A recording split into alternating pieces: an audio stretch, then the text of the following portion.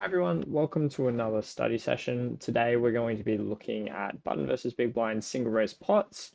Again, following this general theme of, flop goes check, B33 call, and then we're looking at flush completing turns and the decision of whether or not to donk on some of these boards.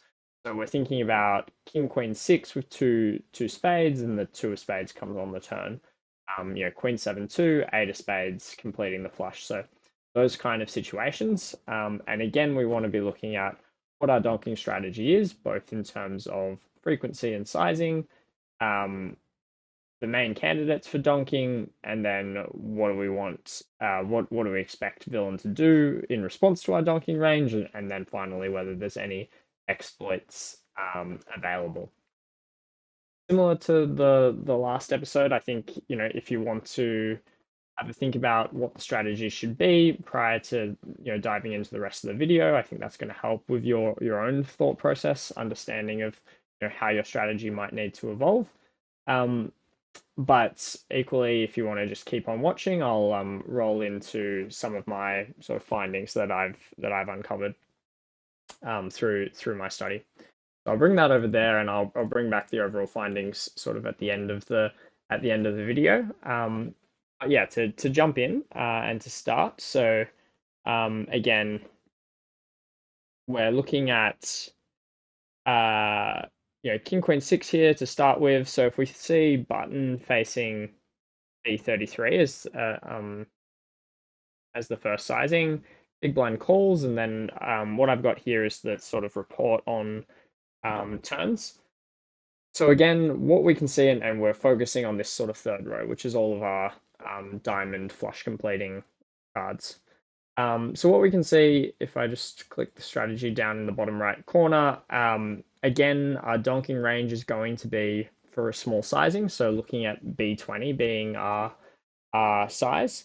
And then the decision to donk basically can be boiled down to whether the flush coming on the turn is going to significantly improve the equity of the big blinds range, relative to the button. So there's a couple of ways to think about this, but when and I think the easiest way is when the flop was more favorable for the button. So I we've got king queen six, it's two Broadway cards. They're pushing a high equity advantage in terms of their single pair holdings, their two pair holdings, their sets, etc.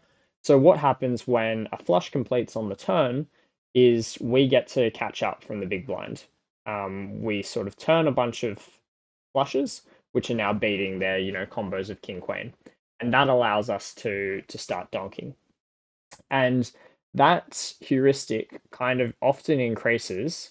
So if we instead face a B125, so quite a polarizing sizing from the button on the flop, and we call, by calling that flop bet, we are going to have narrowed our range much more, condensed our range much more towards having two diamonds in our hand because we need much more equity to continue versus the B125.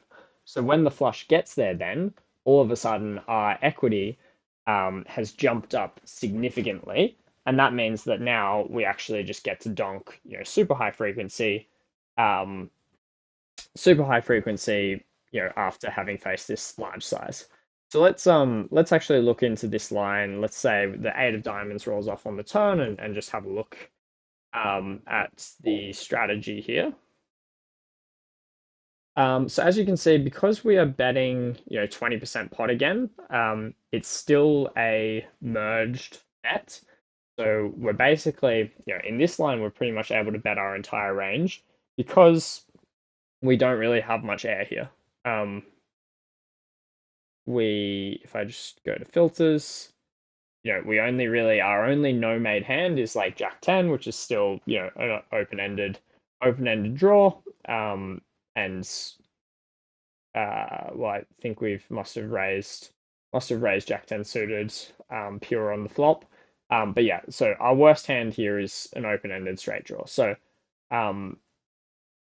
we always have at least a pair going with us essentially here. So essentially we just get to donk small with whole of range. The converse, I would say, is something like a 6-2. Oops.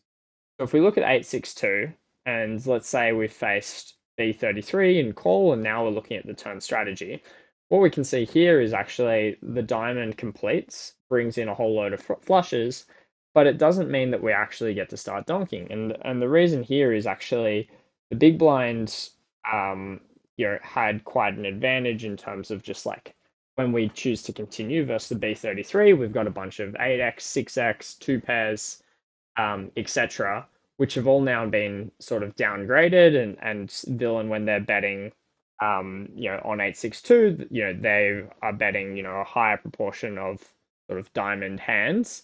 So when the turn brings the flush in, it doesn't actually, it's not a huge equity shifter in favor of the big blind, and therefore it's not a board that we want to donk on.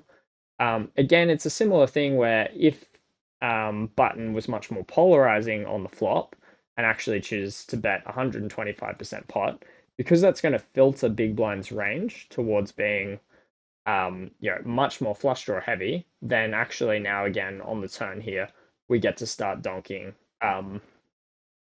We get to start donking, all of these flush cards um, at a much higher frequency. So that's the general sort of way to approach these flush completing turns. Um, if we get a flush completer which has dramatically shifted the big blind's equity favorably, then we can look to implement a high frequency B20 donk.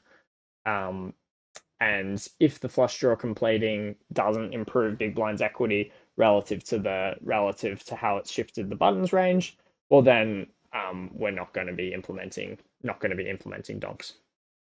So that's the way to think about the decision to donk. Perhaps let's also now have a look at, okay, well, what's villain supposed to do in response? Some of their hands are quite intuitive, like all of their Queen X and King X just being calls makes a lot of sense. Some of these raises are, somewhat intuitive, like, if we look at a7 with the ace of diamonds, quite an intuitive raise, and you could argue parts of the population will raise at a higher frequency than GTO here. However, there are like less, a7 with the seven of diamonds is probably going to be found way less often by population um, than the solver is finding here. Again, some fairly unintuitive, like 8-7 suited raising here. I think this is a general, and then we've got these flushes just raising pretty much pure. Again, we do see though, like a6 of hearts, a6 of clubs finding pure raises, right? Like those aren't going to be found by population at a pure frequency. Again, same with ace-8. Yeah, I think it's a general trend similar to when we were looking at the paired turns and the response to the donking strategy. I think in general, villains are going to find the raises with the value part of the region, but probably not find the raises with the bluff part of the region at anywhere near the right frequency. So that would be again a similar then trend in that when we face raise, we should overfold, and then actually we're going to expect them to continue with a range that is too weak, too capped, which we can then sort of exploit on the river.